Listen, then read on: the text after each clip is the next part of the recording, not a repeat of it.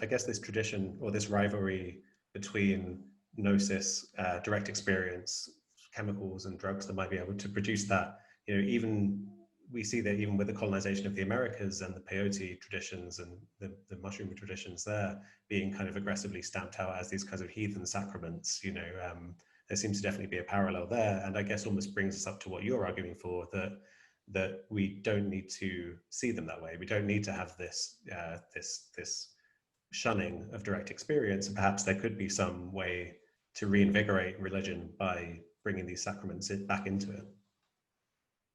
I think so. If this is all correct, it's a big if these sacraments survive all this time from antiquity, including at the very heart of Greek civilization, right? At the very heart of Paleo-Christianity.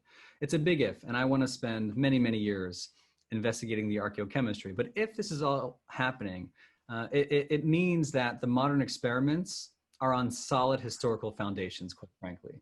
And what's been happening at Hopkins and NYU and UCLA and Yale and Imperial College London and all these leading institutions, what's happening today is actually quite historically oriented. When people and volunteers have these experiences that they describe as among the most meaningful in their lives, maybe there's something there, because what seems to have that mediating effect is the depth of the mystical experience. It's the mystical experience, that encounter with the ground of being or God or whatever you want, that is indicative of the clinical outcome on anxiety, depression, and end-of-life distress. I mean, these folks have this experience that at least assuages, if not eradicates, the fear of death, because they're essentially meeting God.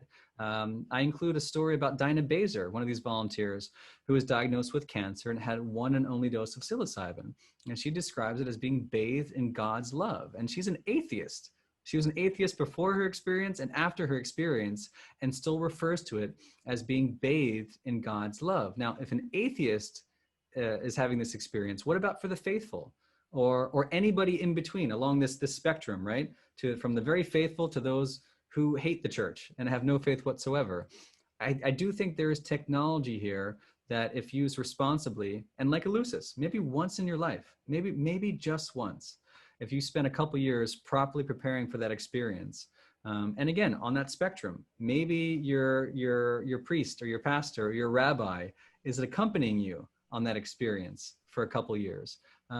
There could be a really, really profound religious awakening that would draw people either back to whatever faith they're comfortable with, whether that's no faith or the world's biggest faith.